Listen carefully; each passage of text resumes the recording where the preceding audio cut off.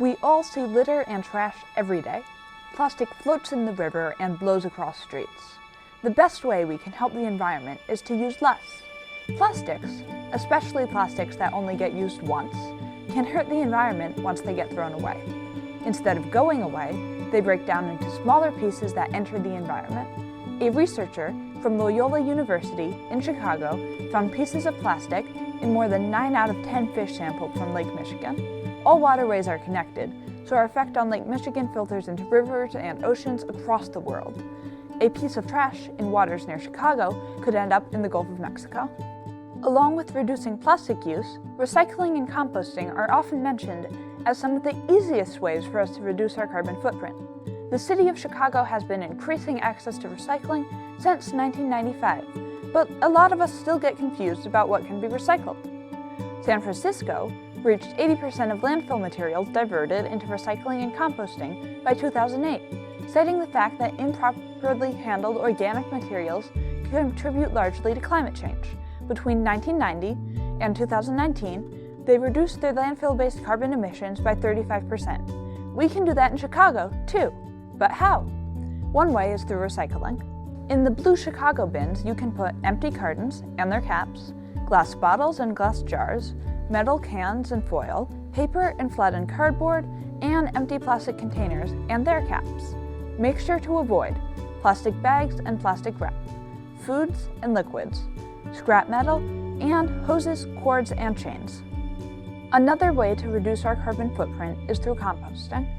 When food ends up in a landfill, it releases methane gas, which is 25 times more efficient than carbon dioxide at trapping heat in our atmosphere. As methane builds up in the atmosphere, it contributes to climate change.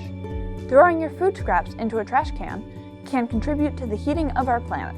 Luckily, old food can still turn into something positive by breaking down into soil.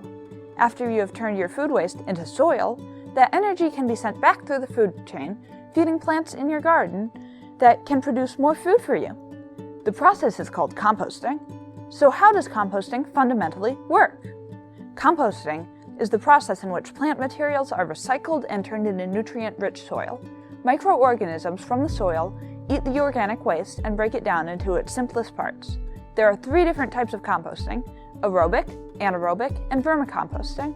With aerobic composting, air helps break down materials quickly. This requires the compost to be turned every few days. Anaerobic composting happens when food decomposes without oxygen. Vermicomposting uses worms, air, and moisture to properly break down the scraps and releases less odor than anaerobic composting does. If you can't compost at home and you have the money, you can also pay for a service to pick up your compost from your house. When you are composting, do compost grass clippings, leaves, black and white newspaper, and food scraps. Some examples of compostable food scraps include coffee grounds, lettuce, and avocado skins. To make good compost, balance out food products, or greens, and fallen leaves, cardboard, and paper, or browns, in a 1:3 ratio. Make sure to keep it damp, but not saturated. Mix up your pile so that everything breaks down evenly. Every time you add your kitchen scraps, throw in a little cardboard or yard waste for the best results. Be patient. Composting can take between a month and a whole year to turn into soil, but don't worry, it's worth it. On the other hand, make sure to avoid putting meat, fish scraps, dairy, fats, oils, or plants treated with pesticides in your compost pile. They don't break down, they make your pile smell bad, and they can even be dangerous. Also, don't get overwhelmed. We're all learning, and no one knows everything. Composting may sound difficult, but once you get into it, it's hard to go back. You're preventing waste from going into landfills and getting some great soil for your garden. We all feel the impact that humanity has had on our environment. Reducing, recycling, and composting are great first steps that we can take as individuals to create sustainable waste management practices. If we reduce single-use plastics, recycle the materials we can't reuse, and compost our food scraps, we can cut down on harmful marine debris and climate-warming methane gas.